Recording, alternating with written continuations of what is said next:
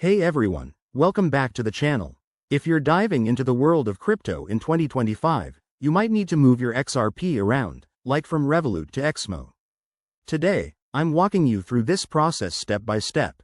It's quicker than you think, and I'll make sure you avoid common pitfalls. Let's get started. First things first, make sure you have the Revolut app installed on your phone and that you're logged in. Revolut has made crypto transfers pretty straightforward, but always double-check for any 2025 updates to their interface. Once you're in, head over to the Crypto section. This is where all your digital assets are managed. Next, find your XRP in your portfolio. Tap on it to open the details.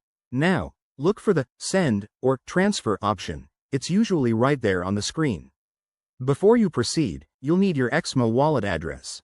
Open the Exmo app or website, log in, and go to your XRP wallet. Copy the wallet address carefully.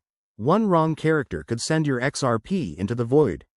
Back in Revolut, paste that Exmo address into the recipient field. Enter the amount of XRP you want to send. Remember, in 2025, there might be dynamic fees based on network congestion, so check that before confirming. Hit the Confirm button, and you'll get a summary of the transaction. Review everything one last time: amount, address, and fees, then approve it. Once sent, the transfer should process quickly, but blockchain times can vary. Jump over to Exmo and refresh your wallet to see if the XRP has arrived. If it doesn't show up right away, don't panic. It might take a few minutes.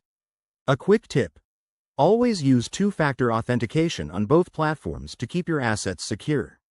Also, be mindful of any regulatory changes in 2025 that might affect crypto transfers.